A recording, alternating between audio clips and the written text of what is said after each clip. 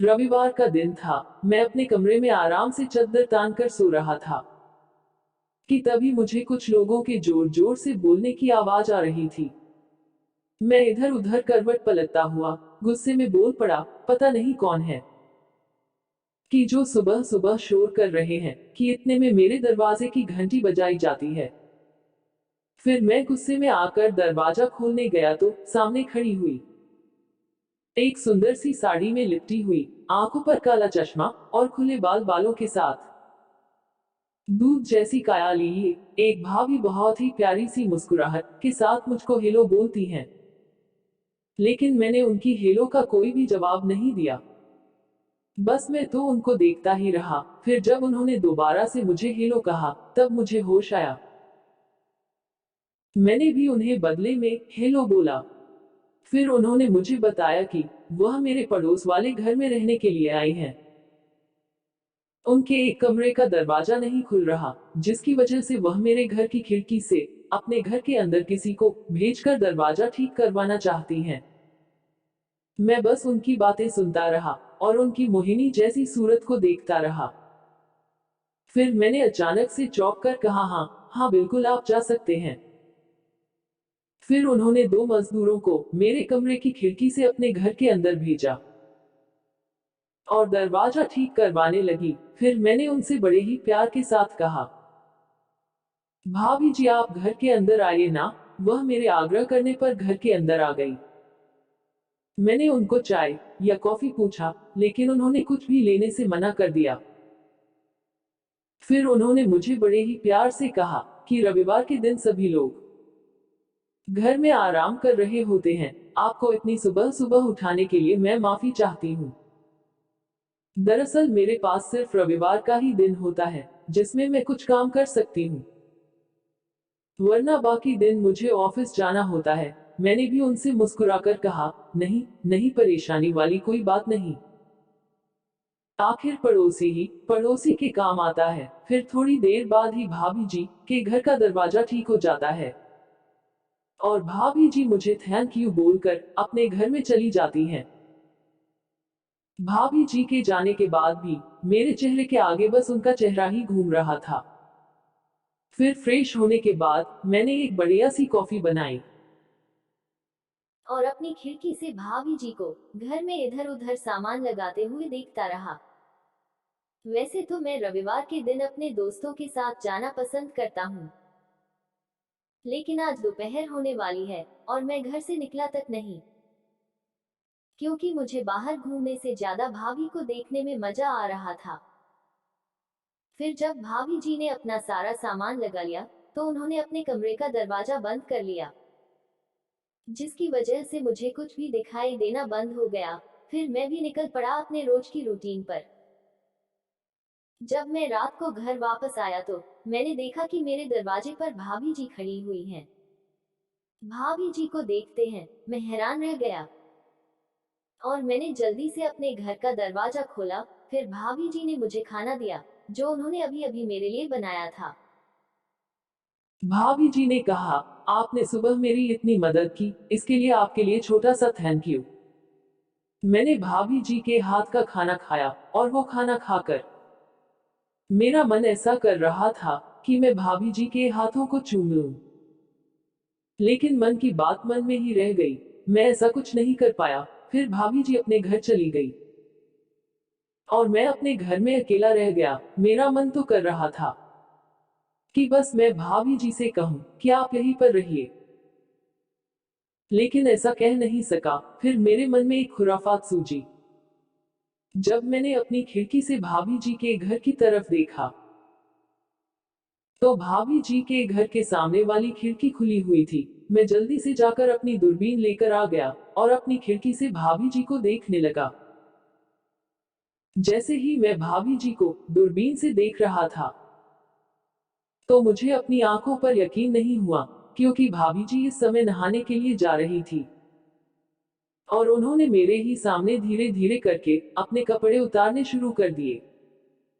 एक बार को तो मेरा मन किया कि ऐसा करना ठीक नहीं, लेकिन पता नहीं क्यों मुझे भाभी जी को इस तरह से देखना बहुत ही अच्छा लग रहा था।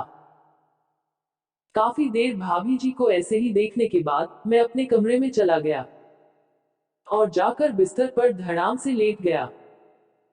पता नहीं जब से मैंने भाभी जी को देखा है, मेरे मन में अजीब सी हलचल होने लगी है। मेरा मन बस ऐसा कर रहा है कि मैं अभी भाभी जी के पास चला जाऊं, लेकिन ऐसा करना ठीक नहीं होगा। भाभी जी के बारे में सोचता हुआ कब सो गया मुझे नहीं पता। अब तो जैसे दूरबीन से रोज भाभी जी को देखना मेरा रूटीन बन चुका था। मैं रोज अपने ऑफिस से आता और आकर खिड़की पर खड़ा हो जाता और रोज रात को इसी तरह भाभी जी को अपने कपड़े उतारते हुए देखता। लेकिन कुछ समय बाद मुझे यूं दूर दूर से भाभी जी को देखना अब गवारा नहीं था, लेकिन भाभी जी के पास में जाऊंगी तो कैसे मुझे समझ नहीं आ रहा था। एक दिन मैंने एक प्लान बनाया। मैं अपने कपड़े लेकर जिस समय भाभी जी नहाने के लिए जाती हैं, उनके घर पहुंच गया और उनका दरवाजा बजाने लगा। भाभी जी उसी हालात में आधे कपड़े पहने हुए दरवाजे पर आती हैं और आवाज लगाकर पूछती हैं कि बाहर कौन है। फिर मैंने बोला भाभी जी मैं हूँ, आपसे एक मदद चाहिए थी। फिर भाभी जी अपने घर का थोड़ा सा दरवाजा खोलती हैं और मुझे घर के अंदर बुला लेती हैं। जैसे ही मैं घर के अंदर घुसा और भाभी जी को अपने सामने इस हालात में देखा तो मेरा मन हुआ कि बस मैं अभी इसी वक्त इनको अपनी बाहों में भर लूं। लेकिन ऐसा होना शायद नामुमकिन था। फिर भाभी जी ने मुझसे पूछा कि इतनी रात को आप यहाँ पर क्यों आए हैं। मैंने कहा मेरे घर का बाथरूम खराब हो चुका है, क्या मैं आपका बाथरूम इस्तेमाल कर सकता हूँ। रात के समय बिना नहाए मुझे नींद नहीं आती। भाभी जी ने बहुत ही प्यार से कहा हाँ बिल्कुल, आप यहाँ पर बैठकर टीवी देखिए, मैं नहा कर आती हूँ, फिर उसके बाद तुम नहा लेना। फिर मैंने वैसा ही किया। मैं टीवी देखने बैठ गया और भाभी जी अपने गोरे रंग को और भी सुंदर बनाने के लिए नहाने के लिए चली गई। अब तो मेरा मन बिल्कुल ही बेचैन हो उठा। मैं चुपके से भाभी जी के बाथरूम की खिड़की की तरफ गया। वहां जाकर धीरे से बाथरूम के अंदर झांकने लगा। उस समय भाभी जी को नहाता हुआ देखकर मेरे तन बदन में कर्ट की लहर दौड़ रही थी। भाभी जी जिस तरह से अपने एक एक अंग को साबुन लगा लगाकर मल रही थी, मुझे वह सब देखकर बहुत ही ज्यादा मजा आ रहा था। भाभी जी को इस हालात में देखकर मेरा रोम रोम नाच रहा था। लेकिन मेरी खुशी ज्यादा देर की नहीं थी। जब मैं भाभी जी को नहाते हुए देख रहा था, तभी मेरे कंधे पर किसी का हाथ आया। मैंने घबरा कर पीछे देखा तो वहां पर कोई आदमी खड़ा था। उस आदमी ने गुस्से में आकर मुझे वहां से पीछे खींचा और मेरे ऊपर चिल्लाने लगा। चिल्लाने की आवाज सुनकर भाभी जी बाथरूम से बाहर निकल कर आई और मुझे इस तरीके से वहां पर खड़ा हुआ देखकर हैरान रह गई। फिर भाभी जी ने उस आदमी से पूछा कि आप इससे इस तरह से क्यों लड़ रहे हैं। फिर उस आदमी ने भाभी जी को मेरी सारी हरकतों के बारे में बता दिया। भाभी जी ने मेरी हरकतों के बारे में सुनकर मुझे बहुत तेज चांटा लगाया और कहा मैं तो तुम्हें एक छोटा बच्चा समझ रही थी, तुम मेरे छोटे भाई से भी छोटे, और हरकतें तुम्हारी इतनी घटिया, मुझे नहीं पता था कि तुम्हारी सोच ऐसी होगी। अगर मुझे बिल्कुल भी है इस चीज का एहसास होता तो मैं तुम्हारे साथ बोलचाल बिल्कुल भी नहीं बढ़ाती। फिर मुझे बाद में पता चलता है कि वह आदमी कोई और नहीं भाभी जी का पति है। अगले दिन सुबह मेरे माता पिता को फोन करके बुलाया जाता है और उन लोगों को मेरी हरकतों के बारे में वो लोग सब कुछ बता देते हैं। मेरे माता पिता भी मुझे मेरी उन हरकतों की वजह से बहुत बुरी तरह से डांटते हैं। मुझे अपने किए पर बहुत ज्यादा शर्मिंदगी महसूस हो रही थी। पता नहीं उस समय इस तरह से कैसे बहक गया। कुछ दिनों के बाद में देखा कि भाभी जी ने अपना घर खाली कर दिया है और वह मेरी नजरों से बहुत दूर चली गई।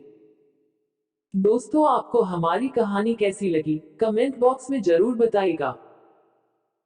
दोस्तों, ऐसी ही औसम कहानियाँ पढ़ने और सुनने के लिए हमारे चैनल औसम कहानियाँ को प्लीज लाइक करना और अपने खूबसूरत दोस्तों के साथ शेयर करना और सब्सक्राइब करना।